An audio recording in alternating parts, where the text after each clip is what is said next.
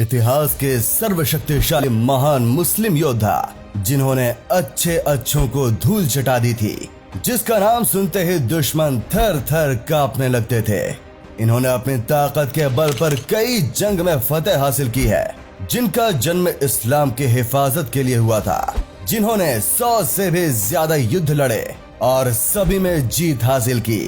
आज भी जिनके किस्से दुनिया भर में मशहूर हैं। हम आपको बताने वाले हैं उन 10 मुस्लिम योद्धाओं के बारे में जिनकी ताकत के आगे कोई नहीं टिक पाया। तो बिना देरी किए चलिए शुरू करते हैं आज की ये वीडियो।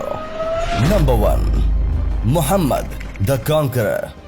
मोहम्मद द्वितीय फातिहा 1444 से 1446 और 1451 से 1481 तक उस्मानिया इंपीरियल के सुल्तान थे।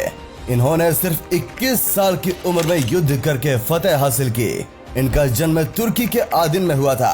सुल्तान महमूद ने 11 साल की उम्र से ही विज्ञान, कला, राजनीति, इस्लाम से संबंधित सारी शिक्षा प्राप्त की और इनको युद्ध के लिए तैयार किया गया। सुल्तान बचपन से ही हर कला में निपुण थे। खास तौर पर कॉन्स्टेंटिनोपल पर जीत प्राप्त करने के बाद इन्होंने पूरे बाज़ंतीनी साम्राज्य को समाप्त कर दिया था।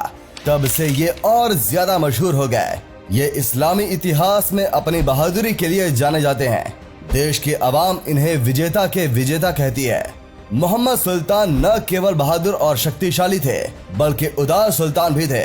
इन्होंने अपने शासनकाल में विज्ञान और कला को भी अधिक बढ़ावा दिया और राजनीति में तो सुल्तान बचपन से ही सबसे आगे रहे थे। आज भी सुल्तान मोहम्मद को इस्लामी देशों में एक बेहतर लीडर के रूप में याद किया जाता है। इनकी बहादुरी और इंसानियत की लोग आज भी मिसाल देते हैं। इसके साथ ही इस्तांबुल के फतेह जिले, फातिहा सुल्तान मोहम्मद ब्रिज और फतेह मस्जिद का नाम भी इन्हीं के नाम पर रखा है। नंबर 2, सुल्तान बैबर्स। इनका शासन 1260 से 1277 तक रहा। इनका पूरा नाम अल मलिक अल जहीर अल दीन बैबर्स अल बुंदुकदार अबू अल फतुहा था। सुल्तान बाइबर्स अपने साम्राज्य को खतरनाक मंगोलों से बचाने में कामयाब रहा था।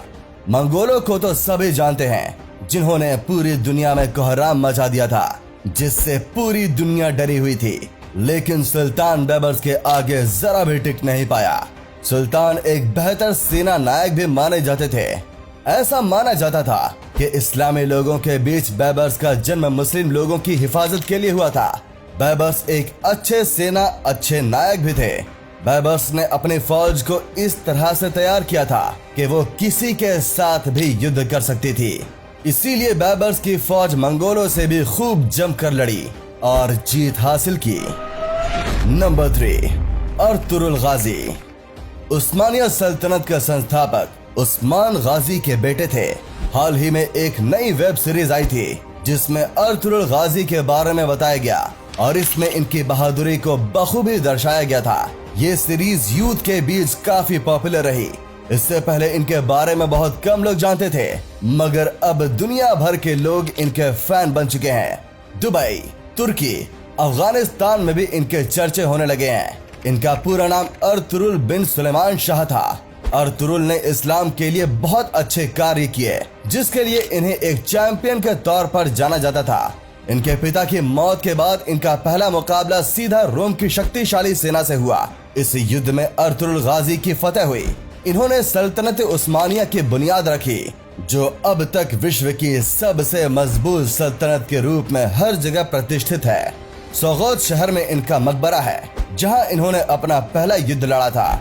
इनके नाम से इनके पुत्र ने मस्जिद और मकबरा भी बनवाया था। प्राथमिक जीवन इनका बहुत संघर्ष से भरा हुआ था।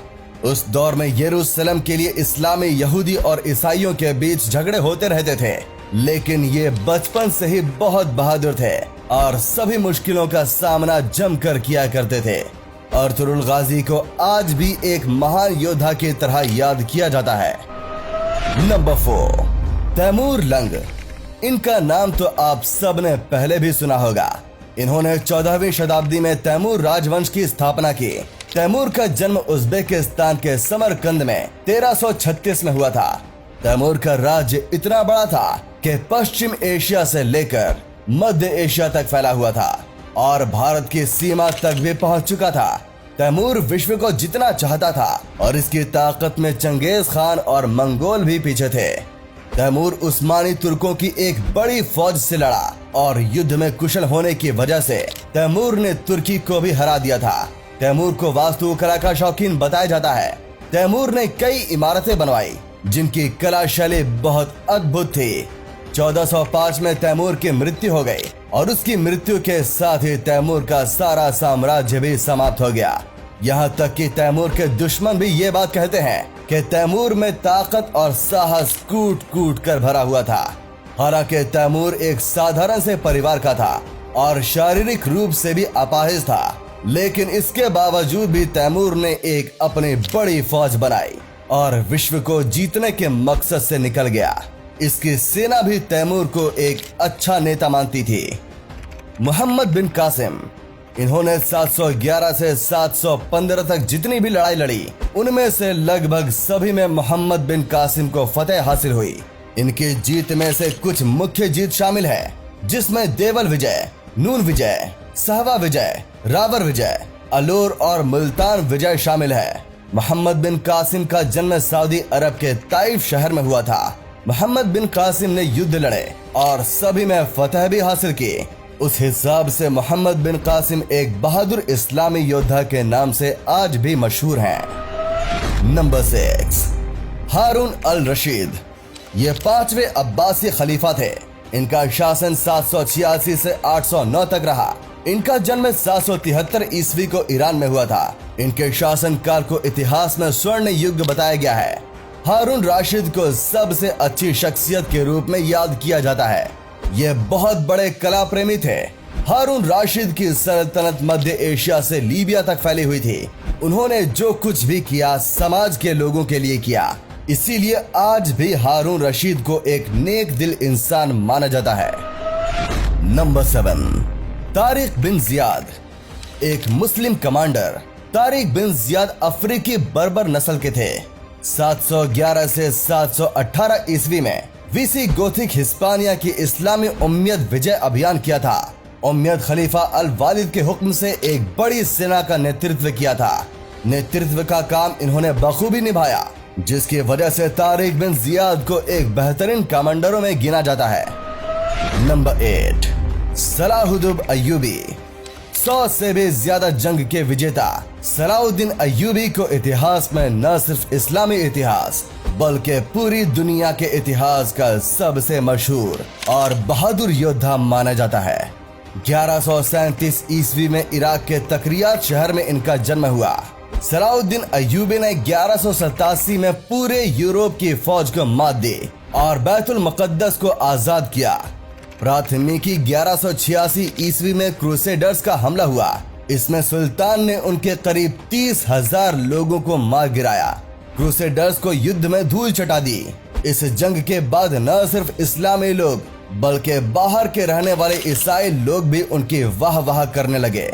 1193 में सुल्तान की 20 साल की हुकूमत के बाद अय्यूबी का इंतकाल हो गया। ये घटना वहां के इस्लामी लोगों के लिए बेहद दर्दनाक थी। जितना दुख इस बात से आवाम को था, इतना पहले कभी किसी सुल्तान के लिए नहीं देखा गया। एक प्रतिष्ठित लेखक ने इसकी तारीफ में लिखा था कि सुल्तान सलाहुद्दीन अय्यूबी ने आवाम से मोहब्बत और उनके मामलात में दिलचस्पी लेकर हर दिल अजीज की दौलत कमाई। इस बात से पता चलता है कि सुल्तान अपने आवाम से कितना जुड़े थे और आवाम उनसे। नंबर 9, हजरत खालिद बिन वलीद। बहादुरी के मामले में इन्होंने सैफुल्लाह का खिताब मिला था। मोहम्मद साहब ने इन्हें ये खिताब फरमाया था, अगर इतिहास की इस्लामी जंग की बात हो और हजरत खालिद बिन वलीद का जिक्र ना हो, ऐसा तो हो ही नहीं सकता। दोस्तों, सुल्तान युद्ध की हर कला में माहिर थे। इनका जन्म 592 ईस्वी में अरब में हुआ। खालिद बिन वलीद ने अपने राजनीति कौशल से हर जंग में दुश्मनों को शिकस्त दी थी। खालिद बिन वलीद हर महीने एक नया शहर फतह करते थे। इनकी पूरी जिंदगी जंग के मैदान में गुजरी। इनके इंतकाल का किस्सा आज भी मशहूर है। दरअसल इनकी मौत के बाद जब इन्हें कब्र में उतारा जा रहा था, तो लोगों ने ध्यान दिया कि इनका घोड़ा जो हर जंग में इनके साथ रहा, जिस पर बैठकर उन्होंने कई फतह की, वो घोड़ा भी खालिद बिन वलीद के लिए आंसू बहा रहा था। उस घोड़े का यह लगाव देख सभी भावुक हो उठे।